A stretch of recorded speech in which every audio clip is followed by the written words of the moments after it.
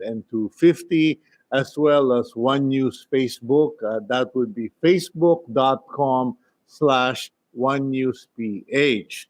And welcome to the program. Today we are going to have an array of guests, and we will be bringing in particular, the spokesperson or the investigating officer that raided that illegal clinic in Fontana Villas in Clark Development area, and we will be interviewing him on how that came about. We will also have Secretary William Dar to give us the good news regarding a vaccine, not for humans, but for pigs, to fight against ASF. There's apparently a new vaccine that was developed in the United Kingdom, in England, and we'll get to know more about that, as well as the direction of agriculture once the GCQ rolls out.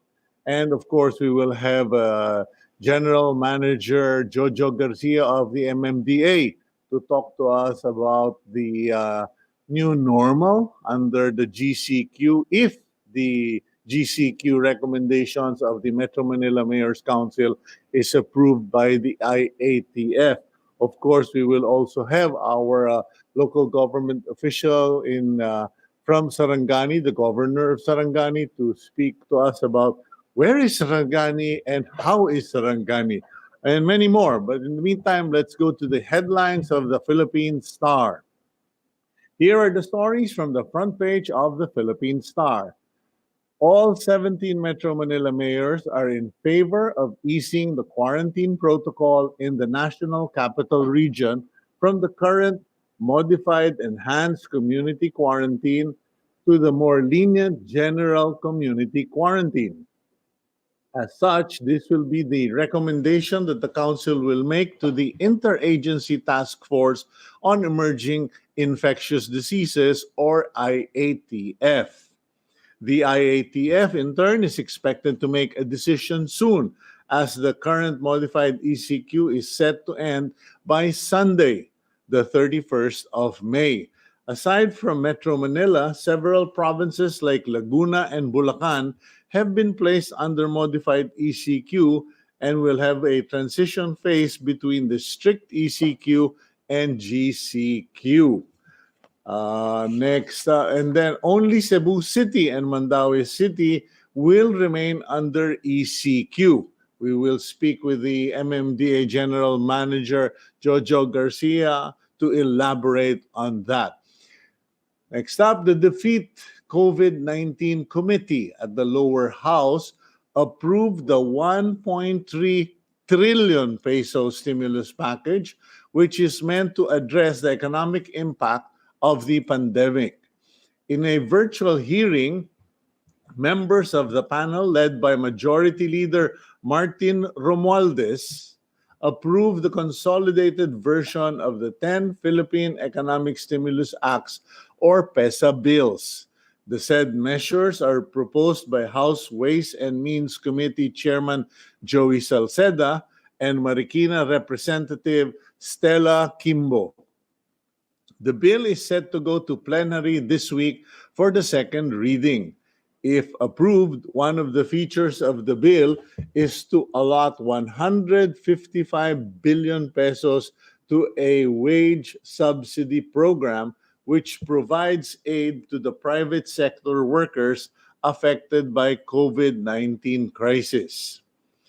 Still on the pandemic, President Duterte has ordered the National Bureau of Investigation to investigate the alleged overpricing of testing machines by a local distributor. And if the NBI finds probable cause, Duterte directs the agency to file charges against the said distributor, which is identified as Omnibus Biomedical Systems Incorporated. Last Monday night, President Duterte confronted Health Secretary Duque about the said controversy, to which Duque replied that he does not know Van William and Emily Ko, the couple behind the distributor's company. In other news, musician Ramon R.J. Jacinto is set to replace Eliseo Rio Jr. as Undersecretary in the Department of Information and Communications Technology, or DICT. Presidential spokesman Harry Roque says the palace has expressed confidence that Jacinto will serve DICT with dedication and integrity. In a statement, Jacinto said he will do his best to galvanize telecoms reforms. Prior to this, Jacinto was appointed as Presidential Advisor on Economic Affairs and Information Technology Communications in 2016. And that's mostly the news and the headlines of the Philippine Star. And just for those of you who are asking me to show photos of the headline, well, there's the front page of the Philippine Star: Rodi, no vaccine, no face-to-face classes. But an interesting part, aside from the photo of RJ Jacinto, is this photo of dentists and a dental patient. Okay, there you go. Who are giving us that gives us a new idea of what your next trip to the dentist is going to look and feel like. I'm actually due for a visit myself, but obviously, it's going to cost a little more than usual because now the dental aide, the receptionist, the dentist himself are all going to have to wear PPEs, face masks, etc. So a lot of stuff are going to get more expensive because all of this will go into the cost of medical dental treatments. We will pursue those stories in the coming days. In the meantime, let's talk to Police Major Kim Dominic Gamboa, whose team was responsible for capturing or actually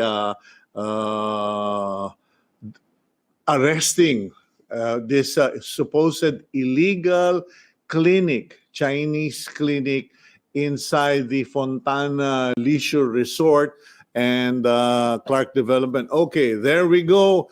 Major Gamboa, good morning, sir. Good morning, sir.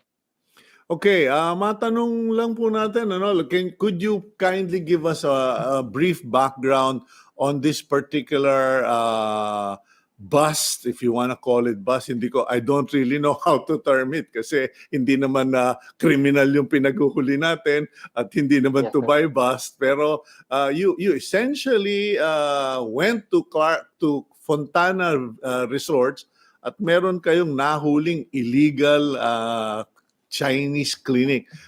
How did this come about? Paano nyo nalaman na merong ganun sa Fontana Resorts? Yes, sir. As early as April, on the month of April this year, we have already received that information that there is a health facility or hospital inside the Puntana operating without license.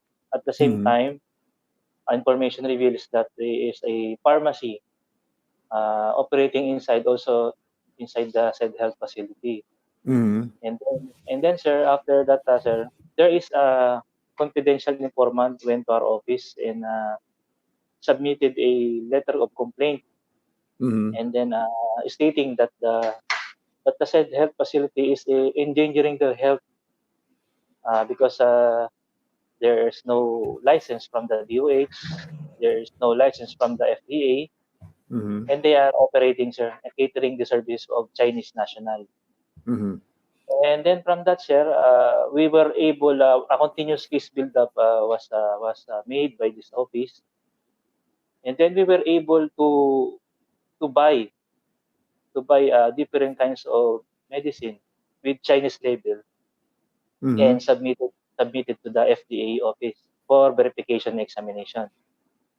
From there on, sir, we have a case conference. We invited the DOH, we invited the FDA official, we invited the local police for a case conference, and then, sir, on the said day, on May 18 of 2020, a joint team from this office and the other agencies, we went to the number 628 Florida 2, number 6, Villa, number 628 in Santa Clark.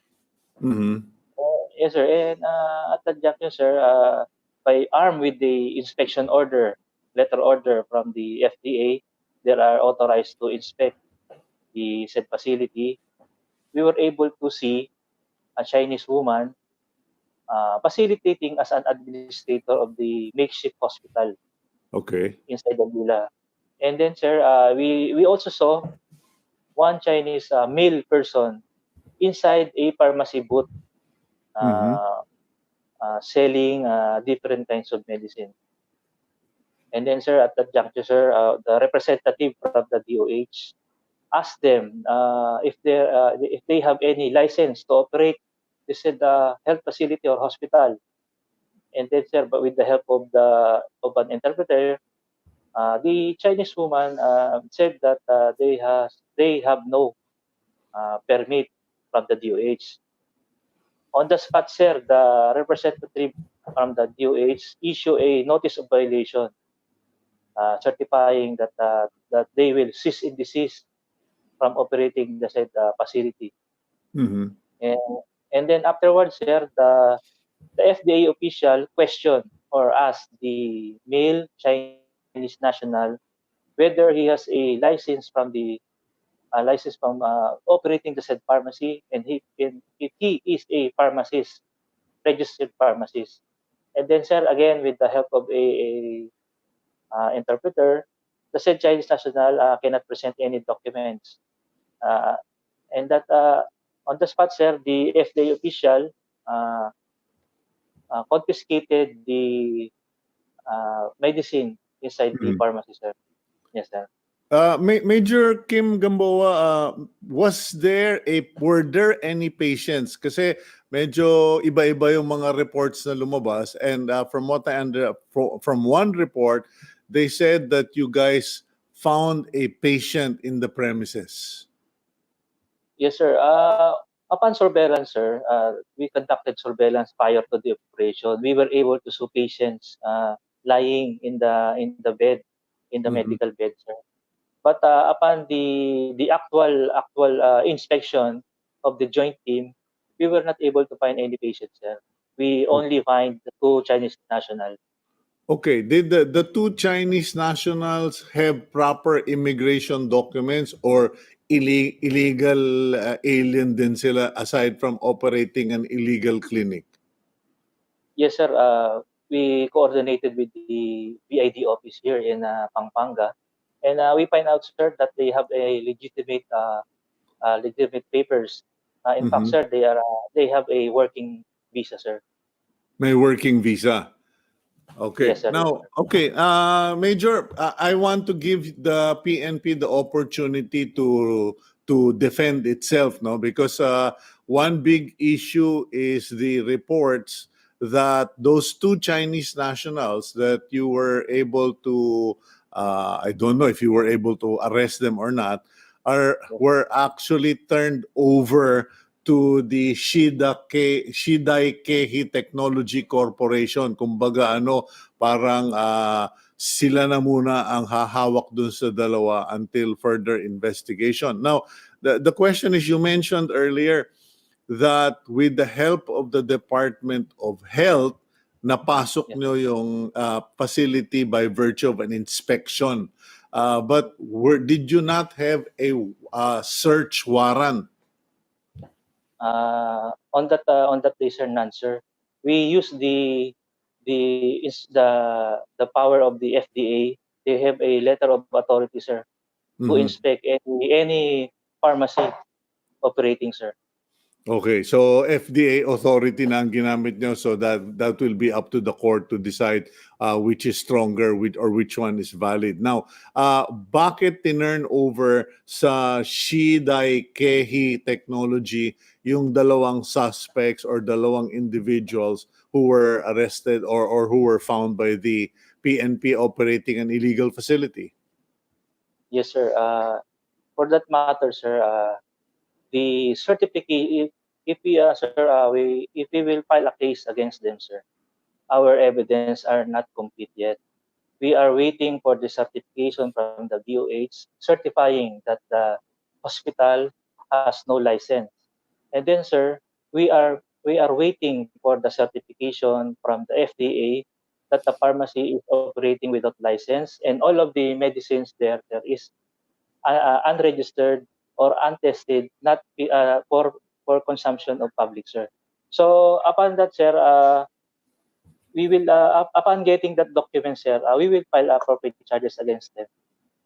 Okay, now merong nagsasabi, no, I just have to ask this, hindi ko naman kayo pinagbibintangan. In fact, I commend the PNP, particularly in Pampanga. Congratulations for this very important discovery and this bust, if you want to call it a bust.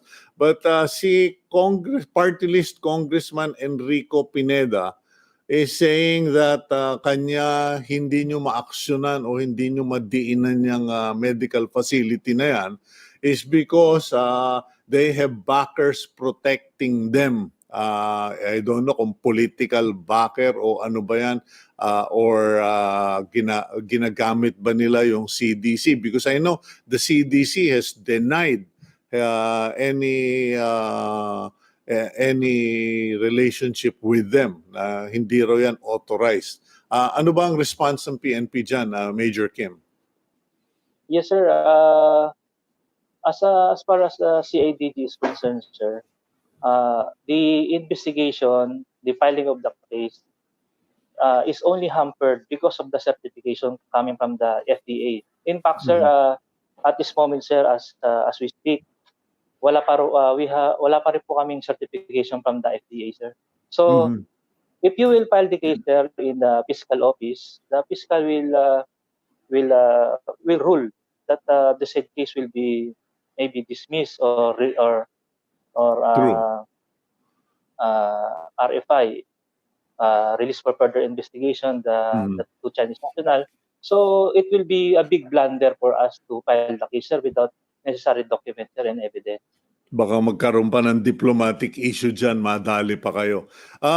In any case, Major Kim, my personal concern and interest in this case is yung report that there were a number of patients who were seen patronizing this clinic, or I don't know if that's borne out by your surveillance, but I'm worried, and I think a lot of people in that area of Pampanga are worried that baka may mga kumakalat dyan ng mga COVID-19 carriers, and we are not even aware of it, or is there any monitoring or contact tracing of people who have gone? Kasi yung pinakita sa video when you did the bust, I mean, I saw a huge garbage can full of syringes, full of used paraphernalias and medicines. And yung Barao Clinic is for COVID-19 or ano lang, parang alam mo na, industrial clinic ng mga workers? Yes, sir.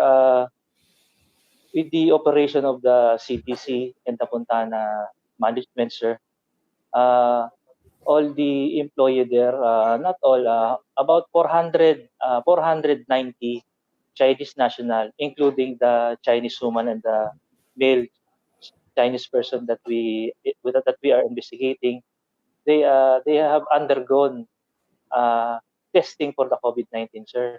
And in fact, right now, sir, at the entire Fontana Leisure Park, sir, is on a lockdown. Nobody can get in, get out, awaiting the result from the FDA. From the Red Cross, sir. Awaiting the result from the Red Cross. Red Cross, sorry, yeah, Red Cross. Yeah. No, so pinara-rapid testing na lahat?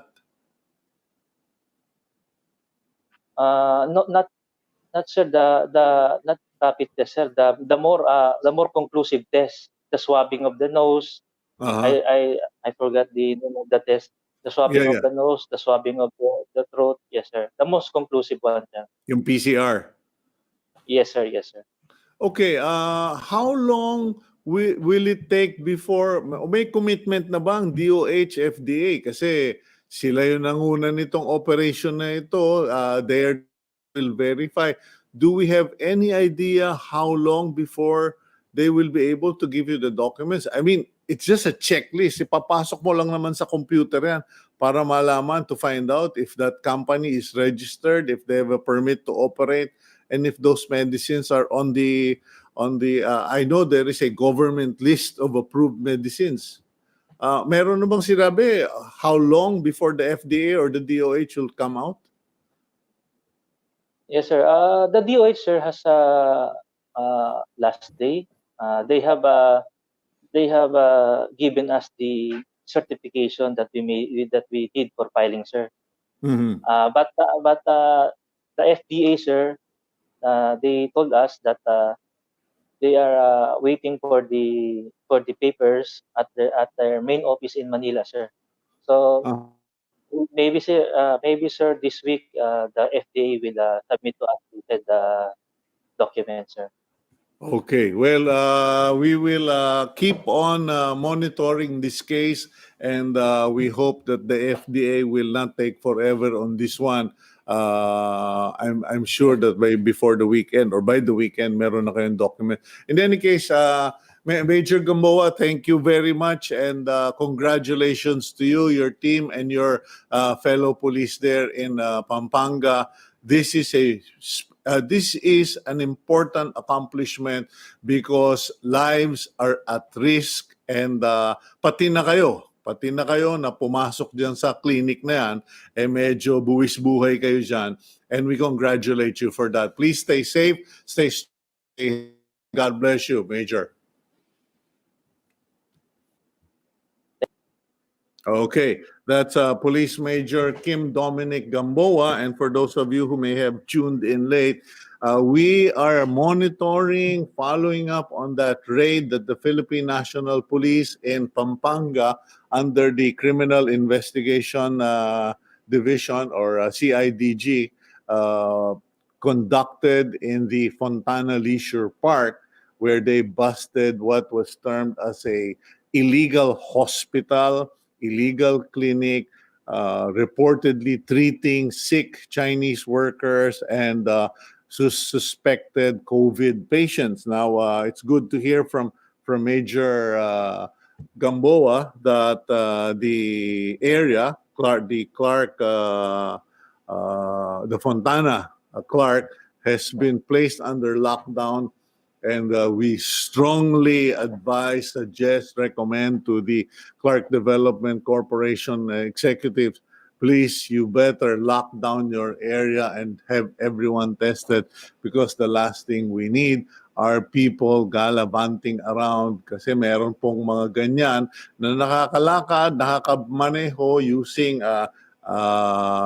what do you call this? Diplomatic plates. 5-5 na po yung diplomatic plates, and kung saan-saan sila pumupunta, and this may be one of those leakages in terms of infections are concerned. Anyway, let's go to the General Manager of the Metro Manila Development Authority, Mr. Jojo Garcia. GM Garcia, nandiyan na po ba kayo? Hi, good morning, Sir Sito. Good morning po to all your viewers. Nasya-shock naman ako sa iyo, sir. Akala ko biglang lumabas yung tiga-BSD eh. Quarantine look po. Nag-aalam na po ako ng barbero. Saka baka may makita na po mamaya. Okay. I'm sorry talaga. I mean, everyone's so used to the formal Yes, sir. bumata ka, sir. In any case, well, since we're all feeling cheery nowadays, I think it's also because kumakalat na yung balita na from MECQ ay malamang at malamang na mag-GCQ na raw. I'm qualifying it na raw. Ano po bang napag-usapan doon sa meeting kagabi? Okay, no, Sir Sito. If you'll notice, no, medyo maiksi-iksi yung meeting namin kagabi, 1.5 hours lang, compared dun sa first na inabot kami ng more than 3 hours. No? The reason behind this is, first, yung unang-unang MMC namin, we have 3 options, no? ECQ, GCQ, or modified, di ba? Mhm. So, hinimay namin yan. We're not really demanding from IATF because we trust the wisdom of ITF sa mga decision nila, no? Mhm. So, pinaghandaan namin lahat yung scenarios na yan and then presented to IATF. So, lumabas nga po yung modified, kaya naka-ready po tayo, no? And then ngayon, yung GCQ, nadidinig naman natin na dyan na papunta talaga, no? Nag-graduate na ang NCR sa modified EQ. So, pinaghahandaan na rin natin yan, but with some, some requests, no, from the mayors. Okay, we have a slight delay. We hope that we can correct that. Okay, Bitin, and we're trying to correct that. Okay, I don't know what's happening there.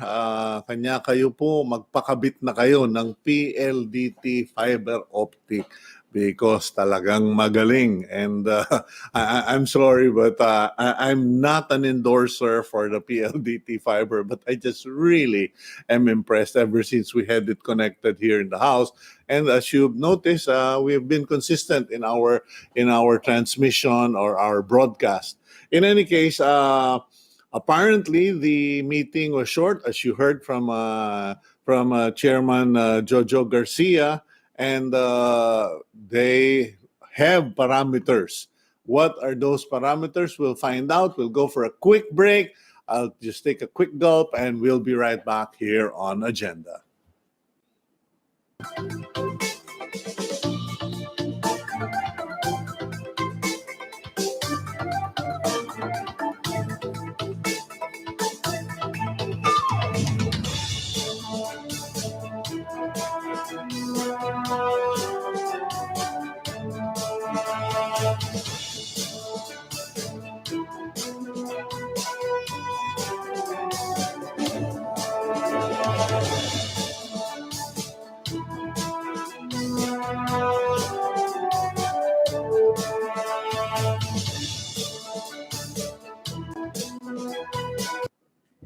Okay, I've had my quick break, and I don't know if there we're gonna try it. There we go, Jojo Garcia, Sorry, GM. Sir Tito. Yeah, sorry po. Medyo magulo yung internet. Sorry po. Magpakabit ka na ng PLDT fiber. Oo nga, sir. para akong endorser, eh, no? In any case, Sorry sir, talaga.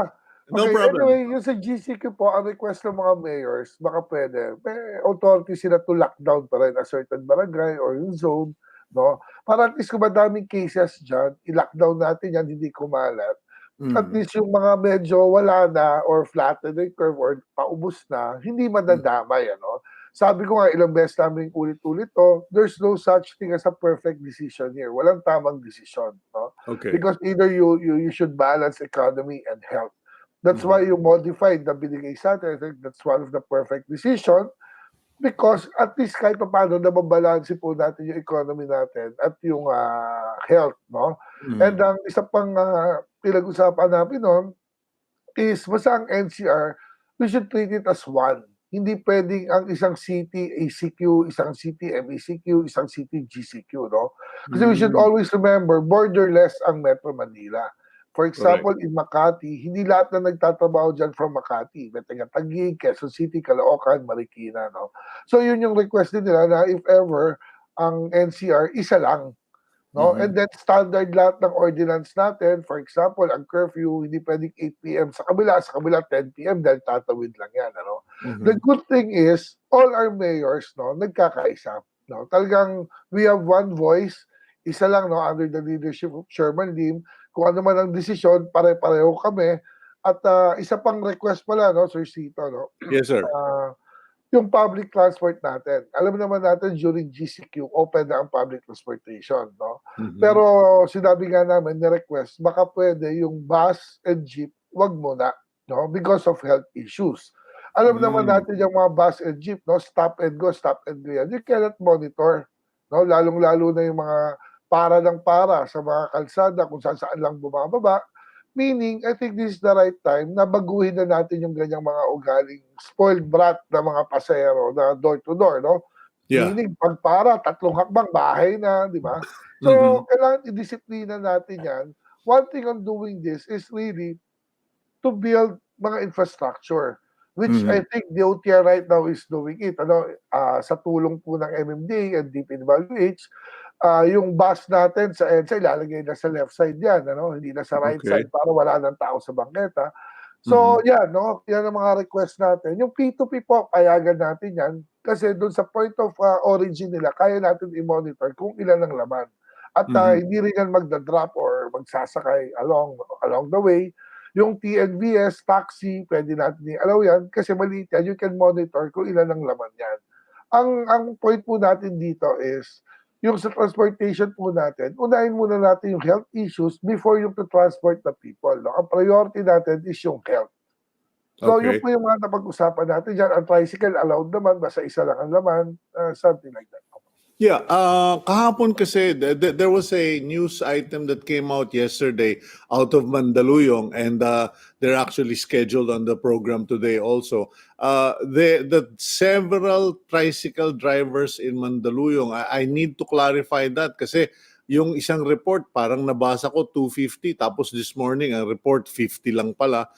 We don't know, no, but tricycle drivers tested positive. Now, in connection with that, are we going to require that all transport drivers be tested before they drive? Kasi siyempre, pinoprotektahan natin yung pasahero from each other, and people have not really addressed the issue of testing drivers. Okay. Actually, tama po yan.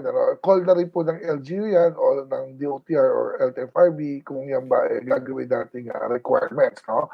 Pero sabi ko nga, kung tricycle yan, kailangan may plastic pa rin yan sa gitna. Yung tinatawag natin physical distancing at pag-ingat. No? Kasi we can tell kung sino ang meron, lalo na kung asymptomatic yan. Just like me, no? Survivor tayo, naging positive ako, pero asymptomatic. The good thing is, walang nakawas. Okay, we're hanging again, but we will try our best because we are picking. Yun. Okay. Go ahead, GM. No. Yes, go ahead. Yeah. Sabi ko nga, if ever yes about tricycle, it's a health issue between the LGU. Pero if they can put precautions, sabi ko, if may plastic yung gitna ng driver and pasero, kahit mag-positive yan, meaning hindi ka mahawa. That's why ang tip ko nga sa ating mga kababayan, if ever lalabas kayo ng bahay na importante, no? Kasi yung GCQ still under community quarantine, meaning may restrictions pa rin. Not all people can go out, no? Meron tayong authorized person outside residence, no? We should remember, kahit na mag-GCQ tayo, hindi pa ito yung new normal, no? We should always remember na tayo po ay naka-quarantine pa rin. So, pag tayo po ilalabas ng bahay, ang isipin na lang natin, tayo ay positive at asymptomatic. Lahat po tayo, yan ang isipin natin para mag-ingat tayo na makahawa.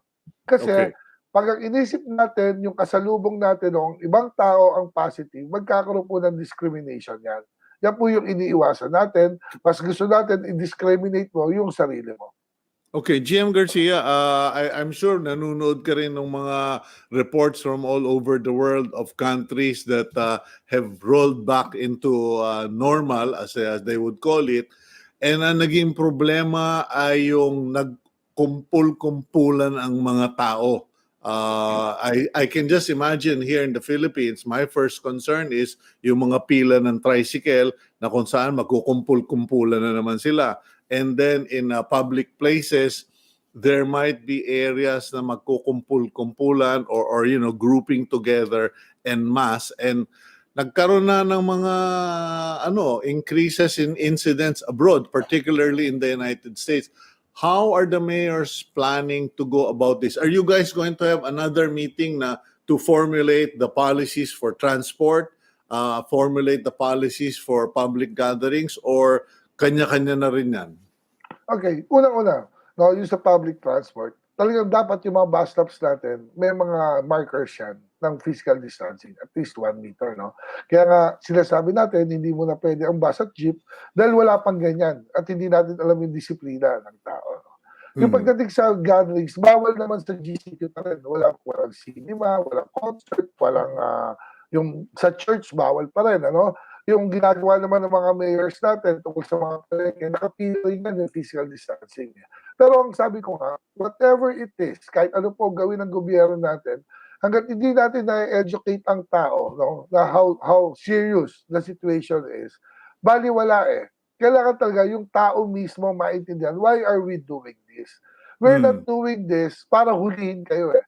We're doing this for your own protection. No? Yung You know, education, yes. Yeah, that's interesting that you're saying that, General Manager Garcia, GM Garcia, kasi that has been raised regularly itong mga nakaraang linggo na there is a big lack and a big need for more public education. Kasi parang inasikaso natin lahat pero hindi natin na-explain ng maigi sa mamamayan that the best defense is with them. Tama po. Kasi yung frontliners talaga rito tayo na eh. All of us, no? Yung ating mga medical frontliners, sila na lang yung gagamot sa atin. Pero ang frontliners dito, tayo mismo eh. Ano yan, Sir Sita, I don't know if you remember the last time I guest sa show nyo, no? Yung sabi ko nga, yung gumagawa tayo ng batas, regulasyon, ang unang ginagawa ng mga kababayan natin, paano lulusutan, paano makakaisa eh. Instead of understanding why are we doing this, no? Ang pinaka-analogy nga natin yan, yung sinabi ko sa inyo dati about the motorcycle helmets. Yung iba wearing helmets, not because to protect them, but para hindi mahuli, no? Dapat intindihin natin bakit tayo pinag-helmet kasi pag na-accidente tayo, tayo mamamatay kung wala tayong helmet. Just the same dito sa COVID, ano? Tayo pinag-iingat, pinag-face mask. Sabi ko nga, makaisa ka isang beses, 2 beses, sa checkpoint, 3 beses, no? Pero pag ikaw tilamaan ng COVID, ikaw ang naisahan eh. So we should always remember, no? Sa puso nyo, sa utak nyo, na kaya ginagawa to ng ating gobyerno to protect us. Hindi para pahirapan tayo eh. Remember, no? Ang kalaban dito yung COVID. Hindi ibig sabihin na mag-GCQ ka o new normal. Ibig sabihin yan, wala ng COVID. Hindi eh. Nandyan yung COVID. We're still waiting for the vaccine. Yes. Have the mayors come to an agreement that they should, or we should, or the MMDA should launch a major campaign, a major public information campaign? Kasi parang biglang nawala na eh. Puro na lang presser at news conference. Nawala na yung wash your hands, cover your mouth. Dati, araw-araw, 10 times a day, makikita natin yung mga reminder na yun. Ngayon, parang pakonti-konti na lang. Natira na lang ngayon yung dasal. Actually, may campaign naman tayo dyan, Sir Sito. Kung mapapansin mo nga, mga tao takot na rin lumabas ng nakahampas. Nagulat lang tayo talaga ng first MECQ, napuno ang mall. Nagtataka, even me, nagtataka ako, saan kayo pupunta? Sarado naman lahat sa mall, no? Pero ito yung tinatawag namin, sa term nila, naburyong sa bahay siguro, na-excite lumabas, no? Pero after 3 days, ganun din, back na wala na masyado lumalabas. The same thing at GCQ, no? Alam namin yan, sa first day, ayan na, kagulo na naman, na-excite sila. Of course, may mga nagbukas tayong establishment.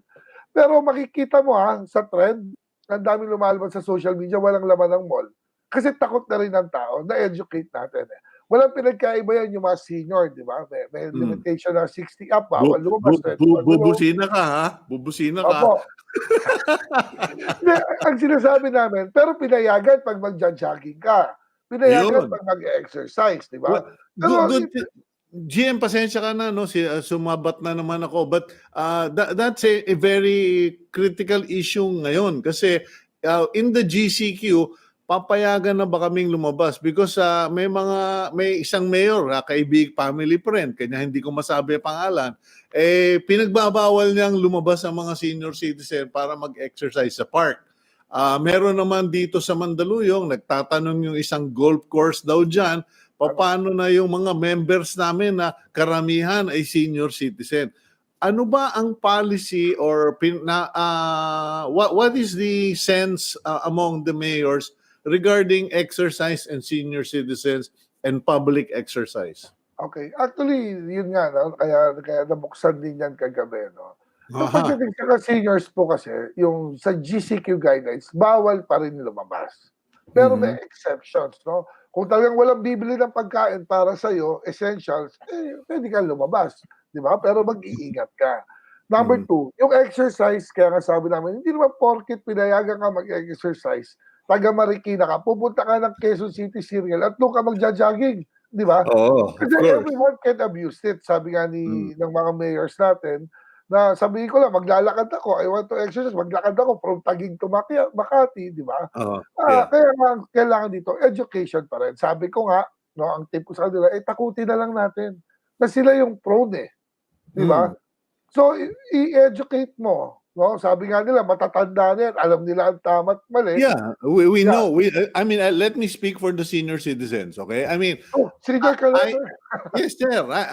I know more than anybody that I am a target of COVID-19. Yes. So Yes. mag-iingat ako. And Yes. you're correct. May mga magpapalusot, magbiyabiyahe, sasabihin. Pero kung may patakaran na kayo na, okay, if you are from Pasig, you can exercise within your barangay and only within your city or municipality. You cannot go cross-border. At least meron ng, kasi I think more than anything, yung bang sinasaka lalong papalag. Yes, yes. Kaya nga, sabi ko nga, no, nung first day ng MECQ natin, naglabasan lahat di ba? Kasi nga, na-excite sila. So, may mga mayors na nag-suggest, if ever talaga, papayagan na lumabas para maglakad yan dahil kailangan ng exercise, within the barangay lang. Hindi ka pwede lumabas sa barangay mo, no? And with proper precautions, yung guidelines ng DOH. Kasi, eto nga, sa mga seniors natin, of course, malaki respeto natin dyan, di ba? But you should always remember, kayo yung pinaka-vulnerable Kayo yung target So, we just want to protect our seniors. Okay. So, in any case, I'll leave it at that, GM. At least good news na yan. The agreement is there must only be one Metro Manila and not independent kingdoms of mayors. And there will be serious protocol. Wala mo ng bus at mga jeepneys.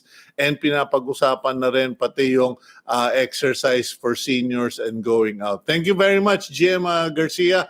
And please stay safe, stay strong, stay healthy, and God bless you. Thank you, Sir Sito. God bless you too. Thank you. Okay. That's GM Jojo Garcia of the Metro Manila Development Authority, and we will go for a quick break here on Agenda.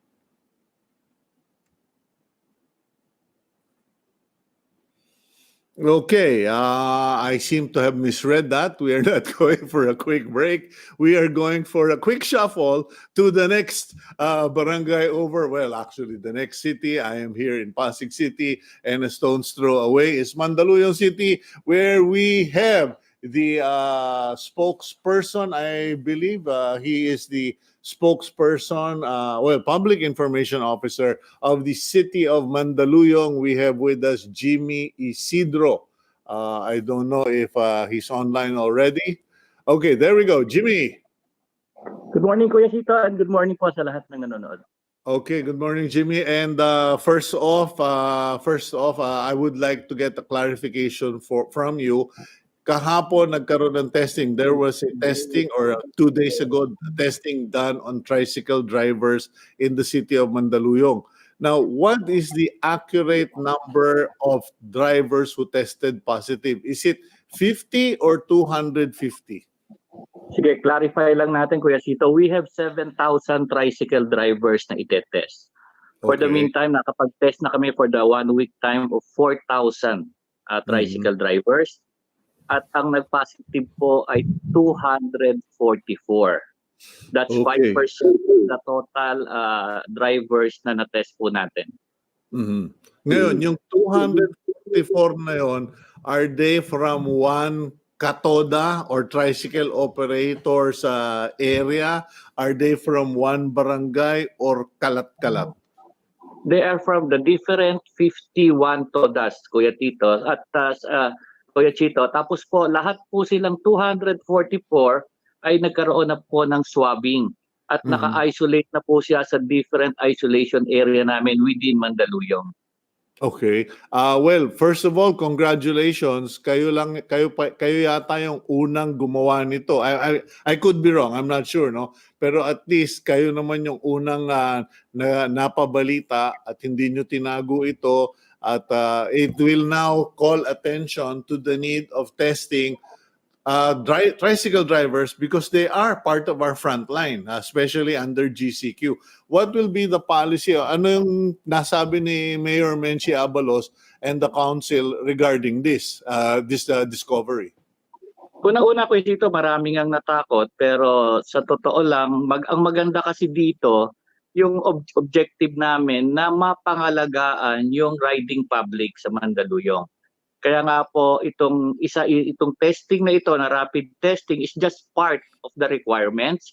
Bukod doon sa sinasabi ni GM Jojo na may separator plastic ang bawat tricycle, meron po siyang lagyan ng pera sa loob, meron po siyang alcohol sa loob, meron po siyang clipboard sa loob para lahat ng pasaherong sasakay dito ay isusulat niya ang kanyang pangalan, address at yung time na sumakay siya, pati yung kanyang contact number. Kasi po kung sakasakaling magkaroon ng problema, madali na po namin makontak yung mga naging pasahero ng bawat driver. And this paper will be submitted po sa kanila pong TODA President na kukolektahin naman po ng aming TRO araw-araw. Tapos kung sakasakaling may magpositibo, lahat yun contact trace, papatest ninyo. Now, do you have enough people doing contact tracing? And I'm not being critical of Mandaluyong, no? I just need to know kasi there is a report where the World Health Organization country representative in the Philippines reportedly claims na napakahina ng contact tracing or insufficient yung contact tracing in the Philippines. Diyan po ba sa Mandaluyong, do you have enough people to do contact tracing? Ang maganda lang po dito sa amin, Kuya Sito, na-identify po sa tulong ng mga barangay yung bawat pamilya. Kaya nung nagsimula po pa kami, nung simula pa lang unang namin, pasyente nun, at least na ang ginagawa ni Mayor, na po yung buong pamilya. Hindi na po pinalalabas at ito po'y sinusuplayan namin ng lahat ng pangangailangan, ultimo mantika, patis at asin. Noong mga unang araw po yun. Kaya nga po, at least kahit papano, ang maganda lang po rito, although marami ang aming positive ngayon, nasa 550 plus kami, pero 600 plus po, pero nakikita naman po na unti-unti na napapababa namin yung numero na nagpo-positibo na. Okay, so bumababa na. Ano naging resulta doon sa ninyo, Jimmy? Doon sa lockdown ninyo, doon sa ang hirap pa banggitin ng pangalan kasi isa is Addition Hills and then Barangay Mauway po. Barangay Mauway. Yung Mauway, ano na nangyari? Ano naging resulta? Actually po, nakapag-test kami ng 1,000 doon at ang nag-positive po ron mga around 24 lamang. At yan po ay naka-isolate na rin. At ngayon po, patuloy yung aming ginagawa. Hindi naman po natatapos. Kung maalala nyo, Kuya Sito, nung ako po'y nagsalita sa inyo, nabanggit nyo sa palengke. Nakuha po namin, awa ng Diyos po sa Kalentong, yung aming mga vendor sa Kalentong. Almost 200 po yung pinatest ni Mayor.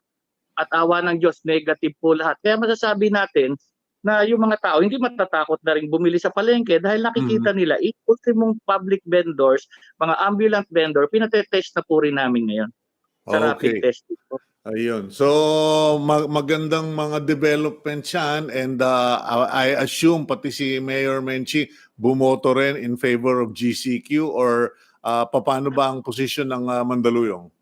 Ang mayor po namin ay nasa GCQ pero hindi pa rin po aalisin yung mga paghihigpit, mga protocols na dapat sundin at lagi naman po kaming nakikiusap through our barangay captains na yung talaga hindi ka naman kailangang lumabas, huwag ka lumabas. Alalahanin mo, Kuya Sito, nasa amin yung malalaking malls, yung pinakamalalaking malls ngayon at gusto ko lang ibalita na kahit na MECQ tayo nung nakaraan, yung Mega Mall ay naka 20% lang ang pumapasok na tao at yung Shangri-La ay 16% lang yung pumapasok na tao at mga bukas na establishmento. Okay. Well, we will continue to monitor Mandaluyong, Jimmy, and maski na hindi magandang balita, I still congratulate Mandaluyong City leadership for doing the test sa mga tricycle drivers kasi puro sustento ang naisip pero karamihan nakalimutang mag-testing. Thank you very much. Please. Kuya Sito, klaruhin ko lang, yung pagdami ng mga naging positive sa ano natin, sa tricycle, wag Oo. po nilang tignan ito na negatibo. Kasi po Aha. ito'y magandang pamamaraan at objektibo na makita po natin agad na safe yung aming mga mananakay. Pangalawa, yung nag-positive po na yan, only 5%. Actually po, Aha. sa swab testing, ang sabi ng ating DOH, at least ang baka ang expect nilang mag-positive sa buong Pilipinas is around 10% to 8% of the population. Napakaliit lang po nitong Yeah. 5% at least kahit papaano po ay masisiguro namin na yung aming mga mananakay ay at least meron kapanatagan ng kalooban. Exactly my point. Yun nga yung pinupunto ko, Jimmy, na dyan sa Mandaluyong, napag-isipan ninyong i-test yung mga tricycle drivers na sa hindi pangkaraniwang ginagawa ngayon sa buong NCR and Luzon. Okay, thank you very much. Please stay safe, Salamat. stay strong, and stay healthy. And God bless you, Jimmy. Pagpalain ka ng Panginoon, Kuya Sito. Okay, that's Jimmy Isidro, the Public Information Officer of Mandaluyong City. And we continue on with the program. Next up, we have one of my favorites because my heart is in agriculture. We have with us Secretary William Dar of the Department of Agriculture. There we go. Good morning, Secretary Dar. We meet again. Good morning. Good morning, Sito. Good morning po sa lahat po na televiewers po ninyo. Okay, I have to be honest, I'm quite excited with this interview because I picked up an article that reports that the United Kingdom developed a vaccine against the African swine fever for pigs, and that you are working with the developers to include the Philippines in the trials.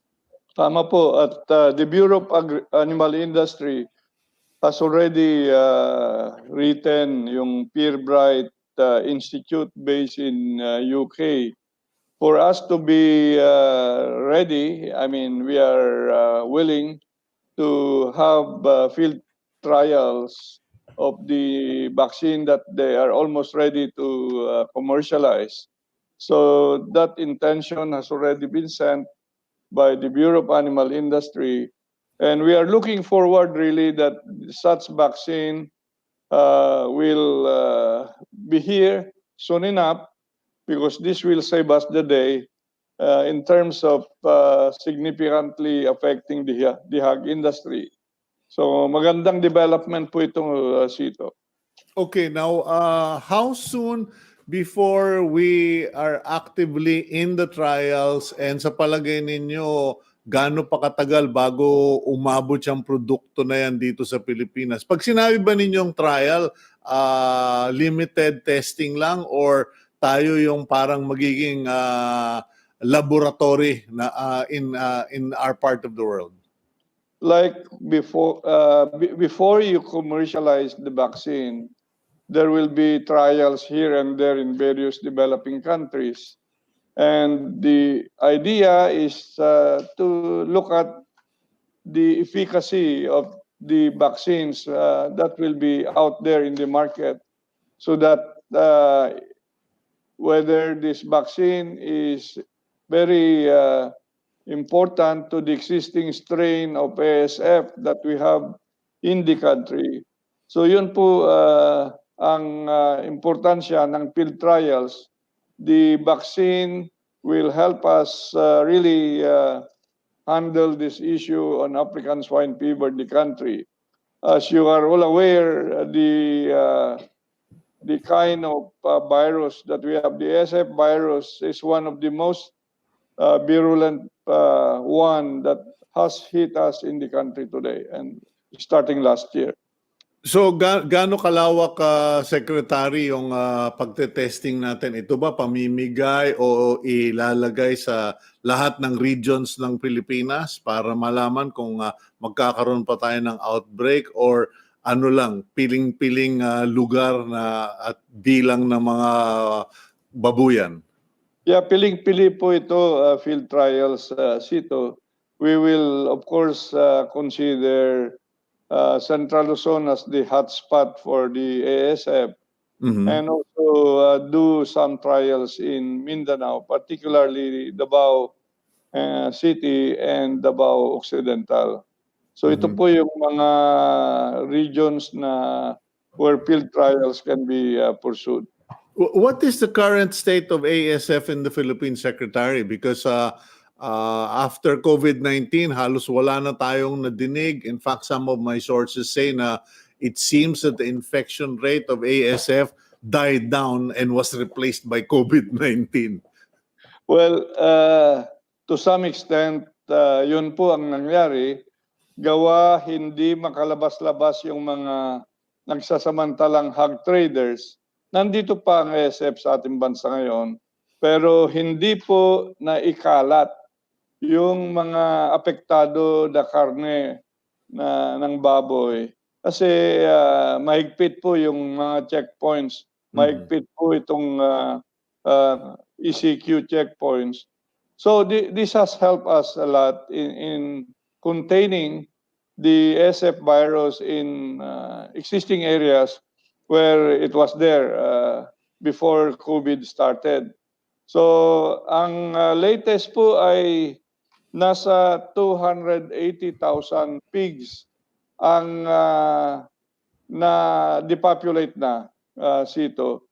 And just to mention, Sito, na we in tandem with the private sector, yung mga commercial hog raisers, ay mayroon ng revised protocol po dito sa ASF. Let me highlight what is this protocol all about. Na dati-dati mayroon tayong 1-7-10 protocol. Yung So, 1 kilometer, 7 kilometer, 10 kilometer radius, na yung Tama sa 1 po. kilometer, patay lahat ng baboy. That was the- 7, yeah. That was the case. So this time around, surgical na ang approach, surgical treatment, surgical depopulation. So only those households or piggeries na may sakit na ng ASF ay yun lang ang i-depopulate. Now, what happens to the rest of the piggeries or backyard hog raising activities ay mas maigting po ang surveillance doon sa within 1 kilometer. So as there are indications of infection already, then we depopulate. Hindi automatic na within 1 kilometer kagaya dati ay i-depopulate natin. And this has been ongoing for almost 2 weeks now. And so far so good. Sito. Okay, for our late viewers, we are talking about pigs. We are not talking about human beings. In any case, Secretary Dar, shifting to another topic, there has been a push, unusually big interest in agriculture, in urban farming, and last time I interviewed you, you were pushing for urban farming. May we know now that there is a lot of talk that we will soon be going into GCQ, what are the directions of your department? Kasi marami po ako mga kaibigan na kating-katina na makapunta sa kanilang mga farms sa mga lalawigan, lalo na sa Calabarzon, at hindi makapunta. Tama po. Doon sa nilunsad po natin urban gardening, ang ganda po ng response sa iba't ibang metro areas kagaya ng Metro Manila. And we will continue this even during GCQ. We have already spent about 400 million all over the country na po ito, Sito, in metro areas, and including that of backyard gardening. The whole intent is we need to ensure household food security at the first instance, while now slowly opening up, commercial farming starts in a big way, and we are upping the game. I mean, we are encouraging again the farmers and the fishers, even mayroon tayong modified ECQ ay pinayagan naman ng IATF ang mga magsasaka at mangingisda na pwede nang magsaka at mangingisda. Those who have been affected ay yung mga professional farmers na staying in Metro Manila Yes. and wanting to go to the provinces where their farms are. So ito with GCQ that will ease up now the concern, and now they can accelerate their activities, farming and agribusiness activities this time around. Okay, Secretary, may mga request po, no? Actually, hindi po ito konti. Marami-rami na rin because they get to watch the show. They have asked, is there a way for your office to simplify the point-to-point movement of these professional farmers and farm owners? Kasi marami po sa kanila, number one, senior citizen na sila.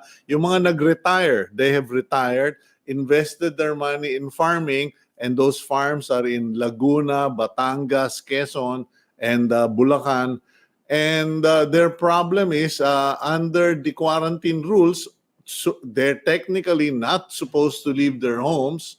And under the quarantine rules, even under GCQ, it becomes almost impossible to drive point to point. Pero may mga lumalabas pong sabi-sabi, allegations that nagbibigay din daw po ng mga rapid pass ang DA, etc. So there is a request to please simplify the system because it's beginning to really frustrate these many retirees with many farms. Secretary. Yes, I will bring this to the attention again of the IATF so that cross community quarantine areas, be it modified ECQ to GCQ and going back to modified ECQ, we'll see to it that ito yung aking ipropose sa IATF na basta farming, basta agribusiness ay sana mapagbigyan na ang mga professionals who are in farming, who are doing agribusiness to move around. And if we can help by way of having to issue yung ID passes or yung rapid pass, we will do that, Sito, para maayos po ito na natin lahat. Okay, so pag-uusapan pa lang yan, it's not really in the system right now. Kasi yung dating guidelines, omnibus guidelines, ay hindi pa pinapayagan yung movements back and forth. Mas lalo na kung galing ka sa ECQ areas. Yeah. So at least sa inyo na nanggaling yan because may mga sabi-sabi and it leads to the agitation, the frustration of many people. In any case, okay, so at least we were able to report that to you, and please let us know once there is a decision from the IATF. Next point would be what would be your top 3, top 10 objectives? Siguro top 3 na lang, baka hindi tayo umabot sa oras. What would be your top 3 objectives once we are in GCQ towards normalization? As far as the DA is concerned, what are your big 3 goals? Okay, number 1, Sito, with the global trade distortions, and even you can see the movement dito sa bansa, mas lalo na between islands, Mindanao to Luzon, Luzon to Visayas to Mindanao, ay one major goal would be to really increase food sufficiency levels by way of enhancing, expanding food production and food productivity pursuit. Even now, starting now, we are planning to really go to a higher level of food sufficiency in all the basic commodities that we do need, say, in Luzon, in Visayas, and in Mindanao. Mr. So Secretary, sorry to interrupt, no? just to let people know, kasi ang mga tao sasabihin, dami naman pagkain, anong problema ni Secretary Dar? But I don't think a lot of people realize the percentage, gaano kalaki sa mga dumadating na kalakal o pagkain that is in the Philippines is imported versus locally produced. Karamihan po nandito na sa bansa, Sito. Let me highlight yung sa bigas na lang para, kasi ito yung halos even we need this 3 times a day, and if you are short of it, then it becomes a political issue. So ang average scenario natin sa rice, ang supply po considering yung inventory last year 2019 plus the harvest that we have this per semester dry season harvest, we are having a supply of 17.7 million metric tons. So the demand is, at the level of 14.6 million metric tons. So kung ito pagbabasehan natin, ay mayroon tayong surplus na 3.1 million hectares. So we have sufficient supplies. Yeah, but let me mention na yung importation ay kailangan pa rin natin na punuan ng about 7 to 10% of the total requirement. Kasi we only produce with the added projects like Rice Resiliency Project from the present 86% na food rice sufficiency level ay madadagdagan yan ng 7%. So it goes up to 93%.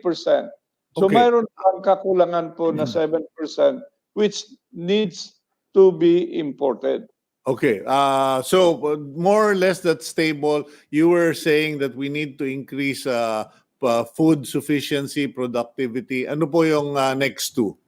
Okay, number 2, this is the time to reboot Philippine agriculture, reform Philippine agriculture. Itama na natin ang pananaw na ang agrikultura ay isang sustainable agribusiness na dito dapat kikita na rin ang mga magsasaka at mangingisda, and they have to be empowered and seeing to it that collectively they can participate in growing this sector. The sector has been always in the subsistence level. Okay. Ngayon, with this new normal, new economy, we bring to a higher level Philippine So agriculture so as a parang- modern agriculture. So parang nangyayari sa ating mga health workers na dati minamaliit yung mga nurses, yung mga hospital. Now namumulat tayo, or we're beginning to realize that this is now the time to turn the table around and let the farmers, the backyard producers profit first before anybody else, because That's true. they work out. Okay. And what's your last point or The last goal?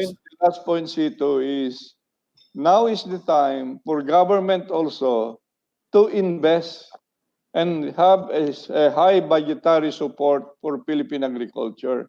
We have been under-investing all this time, and mabuti na nga, nandyan po ang ating mahal na Pangulo na nagsabi na bubuhusan natin ang sektor ng agrikultura. And that will also be the same call for the private sector to come forward and invest now in agricultural enterprises, much more in the rural areas where production is done and processing and manufacturing can be pursued right there and then. That's one way to encourage balik probinsya individuals that are staying in Metro Manila back to their provinces. Okay, maybe what I can do, Secretary, is invite you back to the show in the near future para naman mapag-usapan natin areas of red tape within Sige po. government and within the local government units kasi marami sa amin nagpo-produce kami ng baboy, manok, etc. Pero may mga protectionist policies ang mga iba't ibang mga local governments where we have to transport live animals para dun sa bayan nila kinakatay at may kinikita sila, kumakalat naman yung mga sakit. In any case, thank you very much, Secretary William Dar. Maraming salamat po. Maraming salamat po, Sito. The new program, we call it now Plan program.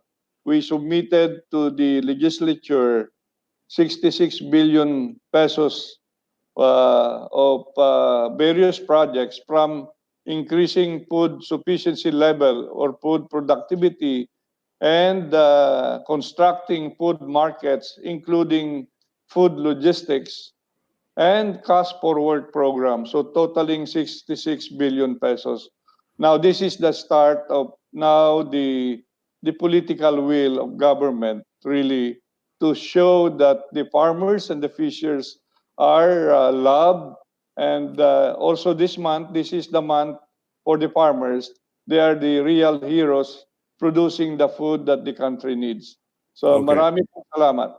Thank you very much. And that's Secretary William Dar, Department of Agriculture, who's just announced 66 billion pesos submitted to the Executive Department for approval. And let's carry on with the program. We've done the tricycle drivers. We've done the Department of Agriculture. Now, if I'm not mistaken, okay, let's go for a quick break. And when we come back, we hope to connect with Sarangani Governor Steve Solon here on Agenda.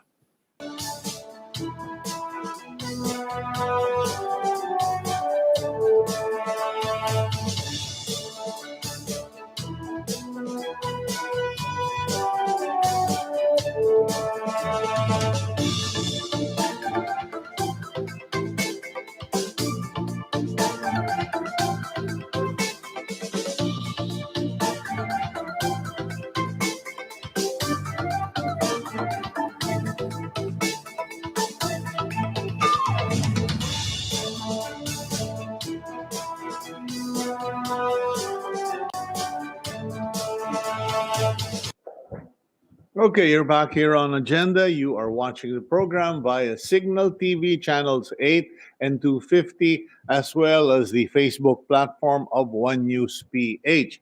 Now, let's go to our next guest. I believe our next guest is Governor Steve Solon. Governor, Yes, sir. hindi ko alam kung paano kayo batiin dyan. Maayong buntag ba or something? Mayang buntag. Okay. Mayang buntag. Okay, Governor, pasensya ka na, no? But para lang meron tayong geographical point of reference. Saan ba ang Sarangani Province for those who don't know? Yes, Sarangani Province is the southernmost tip of the main island of Mindanao. So, tabi po kami ng Jensan, boundary po din kami ng Davao, and South Cotabato. So, we are on the coastline of the main island of Mindanao. Okay, and I suppose that you've got beautiful beaches. Kamusta naman ang peace and order natin dyan? Very good. Alam nyo, very peaceful ang Sarangani. Naging tourism hub po kami dito sa Region 12. At, we're very blessed because God has allowed us to remain or keep our COVID cases to zero. So as of today, we are back to zero COVID cases. So thank God for that. Okay, how are you managing the quarantine situation? Kasi meron ng announcement si Presidente pa-uwiin yung mga OFWs. Do you actually have OFWs from Sarangani who are inbound or coming back from Manila? Yes, yesterday we had about 14, oh no, I'm sorry, a little bit more than 14 come in. Kasi yung problema kasi ngayon, pagpasok nila, hindi pa malaman kung ilan sila, no? Kasi I think the flights were on a rush basis. So we had 14 yesterday. Lahat sila naka-PCR negative test na sila. So when they came here, we just gave all of them a, like a physical exam, from temperature checking, and then they are being quarantined in their barangay, so they're near their family. Okay, so they are in their respective barangays but not with their family. Meron pa rin silang quarantine protocol. Meron po, and that also depends on the mayor, no? Pero for the majority of our 7 towns, they will be quarantined for 14 days. So some of the mayors have been allowing them to be quarantined at home. But if there is some suspicion, they will be in the barangay quarantine area para malapit sa pamilya. Okay, what about your testing capacity, especially in those towns? Meron ba silang mga PCR or rapid test kits, or Yes. paano ang situation? Yeah, the PCR is very limited dito sa buong Mindanao, no? As a matter of fact, isa lang yung PCR machine or PCR lab na gumagana, which is in Davao. But yesterday, we were promised by Secretary Galvez, who came down with Secretary Vince, that they're in the process of putting up more labs. So we have 2 that's going to be online, I think, by next week or by this week, sorry. And then they're going to put another 3 PCR labs. But in the meantime, Chito, rapid test ang ginagamit po namin. Okay, so most people will think you're in the middle of nowhere, wala kayong kagamit-gamit, but you are apparently better equipped than some places, and you will put up your own laboratory. Is that correct? Yes, sir. Yes, sir. DOH is helping us put that up. Although that's going to take some time, Chito, what we are doing really is we're using the rapid test now. Of course, not confirmatory, pero ginagamit po namin for screening. Okay, now what are your plans moving forward? Because we are currently looking forward to going to GCQ. Ano ba ang status niyo dyan in terms of quarantine modalities? Very strict kami dito, Chito, especially sa Sarangani.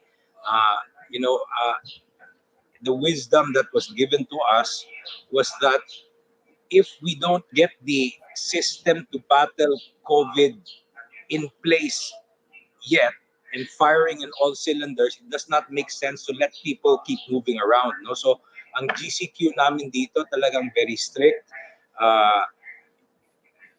Senior citizens or 60 and above, unless you're very essential, you really have to stay home. Also, 21 and below, you have to stay home. And industries that are not open, those workers need to stay home as well. Okay. So, but right now, are you GCQ, ECQ, or kasi alam mo dito, Yeah. ang naiisip na lang namin barbecue. Yeah. GCQ po kami ngayon. At the beginning, there's a request na mag-open na kami, pero hindi kami pumayag, sir, especially because because Sarangani, Jensan, this area has 0 COVID, right? So kung may magkakaroon ng COVID, they're going to be coming from outside the region. So we need to defend our 0 COVID status. Okay, well, congratulations, because you are more the exemption or the exception than the case. And what you've achieved is no ordinary feat. There are very few places in the world that can say we are COVID-free. And thank you very much, Governor Steve. And please, we will continue to call on you from time to time para naman ma-feature natin the more positive aspects of Sarangani, and we hope to visit you one of these days. Please stay safe, stay strong, stay healthy, and God bless you, Governor. God bless, praise God, and God bless the Philippines. Thank you. Okay, amen to that. At least it's nice to be talking to politicians who openly, publicly recognize God, openly, publicly praise God. Anyway, let's move on to our next guest. We have the mayor of Navotas City, ang mamang nangangayayat na sa dami ng inaasikaso. Mayor Toby Chanco, are you there? Yes, Tito, I'm here. Nalulungkot ako pag nakikita kita, papayat ka ng papayat, Mayor. Hindi naman, hindi naman. Okay, I hope you have good news for us because last time we talked, we were talking about infections occurring because of the market and because of the supermarket. And napag-usabi mo nga, siguro papatesting ko yung mga nasa palengke. Because in Mandaluyong, they did the test and they were glad to report this morning that all the vendors in their public markets were COVID-free. Kamusta naman po sa Navotas? Okay. Yesterday, as of last night ito, no, yung cases, yung total PCR tests that we have done in Navotas is 2,385, no? Ang positive doon is 180, ang negative is 1,164, ang pending is 1,041. So ito yung medyo kailangan natin mahabol, no? Yung pending cases na 1,041, pending results na 1,041. So iniintay pa natin yung resulta ng 1,041. But I just want to clarify, ito nag-fluctuate ito eh. Kasi may araw na aabot ito ng 800, may araw na 900. Kasi minsan biglang madami yung resulta na lalabas, minsan kukonti yung resulta na lalabas. So talagang dito yung bottleneck natin ngayon, no? This is where the bottleneck is now. Now, in terms of hotspots or areas of occurrence, saan ba pumuputok yung mga kaso? Because in Mandaluyong, the latest hotspot were tricycle drivers, 244, if I'm not mistaken. 2 weeks ago, it was in a particular barangay. Diyan sa Navotas, are you able to define or locate particular areas of occurrence? Yes, meron naman. And we use the parameter used by the RITF, which is 0.02%, no? So kung sa 0.02%, we have 10 barangays. So yung 10 barangays na yun pa rin yung naka-ECQ as of today at hindi sila naka-MECQ unlike the 8 other barangays, no? So ang ginagawa namin doon is we monitor, and right now, the most important thing is we are preparing for GCQ in the eventuality na IATF recommends to the President and the President agrees na mag-GCQ. Kasi kung hindi kami maghahanda at mag-GCQ, mahirap, no? Pero kung maghanda tayo sa GCQ pero hindi naman mag-GCQ, okay lang, wala naman mawawala. The biggest preparation we're doing is we're adding more isolation facilities. Dati, isa lang isolation facility namin. Yung pangalawa, mabubuksan sa Monday at magpamangatlong isolation facility kami. Ang presumption kasi dito is if more people are out, more people could be infected. So, kailangan damihan yung facilities namin. So, yun ang pinaghahandaan namin. Kasi yung test kits, yung PCR test kits, madami kaming test kits, no? I think as of now, we still have more than 1,000 test kits, no? And we could buy. The problem is, we're very selective doon sa pagtetesting. Kung talagang kailangan, yun lang ang pini-PCR. Otherwise, tatagal yung resulta pag dumami yung nagtetest, di ba? So yung mga talagang nangangailangan ng resulta at nag-iintay, matatagalan sila makuha yung results, no? That is the reason why tinatanong ng ibang tao, ba't hindi nilang itest lahat? Yun yung reason. Because pag hindi ka naman na-expose masyado at tinest ka namin, yung nasa ospital na may pneumonia na hindi namin alam kung COVID ba yan o hindi, tatagal din yung resulta niyan.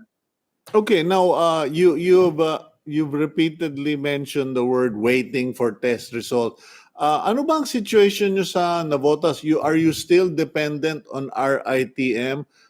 Hindi pa ba nyo inumpisahan magtayo ng sarili ninyong laboratory? Because it seems that that's now the gold standard, that every city, town, province needs to put up their own laboratory and wag nang umasa sa national government, because the national government by itself is really swamped.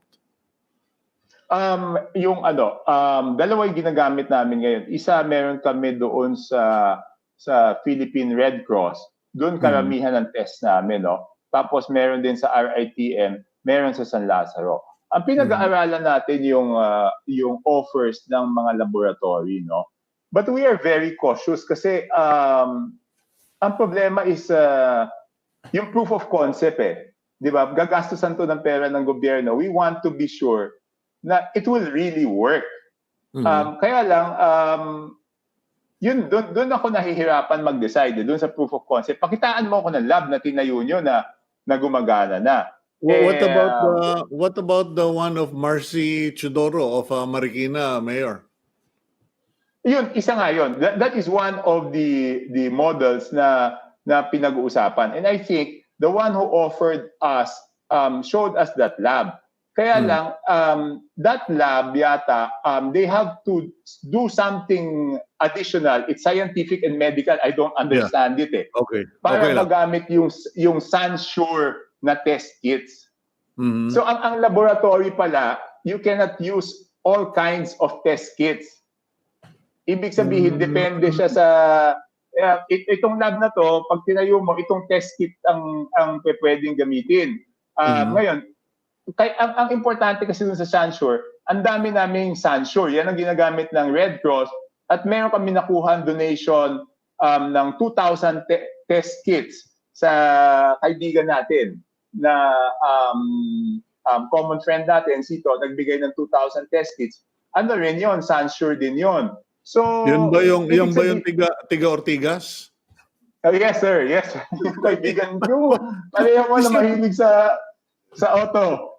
Ikaw naman, nahiya ka pang sabihin si Mr. Ramon ang ng San Miguel Yes. Corporation. Okay. Hindi kasi baka lahat hingan siya ng test kit eh. Kaya, napakagalante ng San Miguel. Ibigay na, hindi sila namimigay, tumutulong sila. And it's made a big difference. And we have no problems honoring and recognizing people who are helping the country in this battle. In any case, so binigyan ka ng maraming test kits. binigyan ako ni Mr. Ang ng 2,000 test kits, di ba? So, syempre gusto ko, pag nagtayo ng lab, pwedeng test kit na yon. Pero yung ino-offer sa amin is they have to compute again what they will have to add extra. But of course, it's medical and scientific. I cannot explain kung paano magagamit yung test kit na yon. Pero syempre, gusto natin sana yung, kala ko kasi niya, parang one size fits all. Kahit anong test kit pa pwede, iba-iba pa palang test kit, hindi pa pwede. Ang maganda pa, doon sa RITM, this is again medical, I'm just simplifying it. Dati pala manual yung pag-extract nila at pagkuha ng resulta. Nag-donate din si Mr. Ramon Ang doon ng machine that is automatic. Kaya bumilis din yung RITM. So yan yung mga nangyayari ngayon. Okay, but what is your sentiment at the moment? Alam ko mahirap magdesisyon dahil ikaw ang chief executive. Pero from the looks of it, and from what many experts are saying, this problem is not about to go away until we have a vaccine, and that won't be at least 2 to 5 years from now. Kailangan mo magpatuloy mag-test. Paano gagawin mo? Yes, but I think Sito, ito dapat yung test kit kasi is parang the second line, di ba? Okay. The first line of defense is wearing of face masks, social distancing, and hand washing. Kasi kung hindi ka naman na-expose at nag-ingat ka at wala kang symptoms, hindi ka na-expose directly sa isang positibo, hindi mo naman kailangan mag-test eh. Di ba? Kaya kailangan dito yung kooperasyon ng mga mamamayan because we come to the test pag nagkaroon kayo ng symptoms o na-expose kayo na wala kayong mask or hindi kayo nag-practice ng social distancing, So, di ba? But that can be prevented. Okay. Bumabalik na naman tayo doon sa tinuturo sa atin ng elementary tayong prevention is better than cure. Okay, unfortunately, I think we've lost the signal from Mayor Toby Chanco, so we will have to let it go at that. No, I'm back. Okay. Bumabalik na naman tayo doon sa Okay, sorry. prevention is better than cure. So I suppose you will have to spend more time, more money on educating the people of Navotas na mag-ingat imbis na magpagamot. Yes, yun yung point natin, di ba? In any health issue naman, prevention is always better than cure, di ba?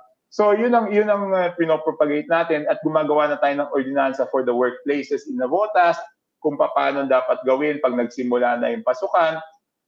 Yun ang ginagawa natin. Okay. Kasi hindi talaga kakayanin eh. Kahit bumili ng test kit, assuming bumili ka ng test kit, what is the next thing that will happen kung madaming positibo? Idadalhin mo sa ospital, dadamihan mo din yung isolation facility. Hindi naman tayo pwedeng gano'n na we will manage it by showing that we can accommodate those who are sick. We cannot manage it that way. The best way of managing it is managing it from the source, telling people na huwag kayong magkasakit. Okay, well, I have to say goodbye for now. Mayor Toby, kung pwede, kumain ka ng konting steak dyan. Huwag ka masyadong magtipid, magpataba ka naman. And thank you for joining us this morning. We've run out of time, but please stay strong, stay safe, stay healthy, and God bless you, Mayor. Okay, Sito. Thank you. Okay. That's Mayor Toby Chanco, who seems to be losing more weight as we go. And I know he's healthy, but I'm just not used to seeing him so fit. In any case, that's it for the day. We'd like to thank all our guests as well as all of you who stayed with us on the program. We hope that somehow you picked up some news, some information, and some good ideas. And we hope that you will continue praying, because that's our best defense. Praise the Lord for all of that and for answered prayers. I'm Cito Beltran, and that's been Agenda for Today.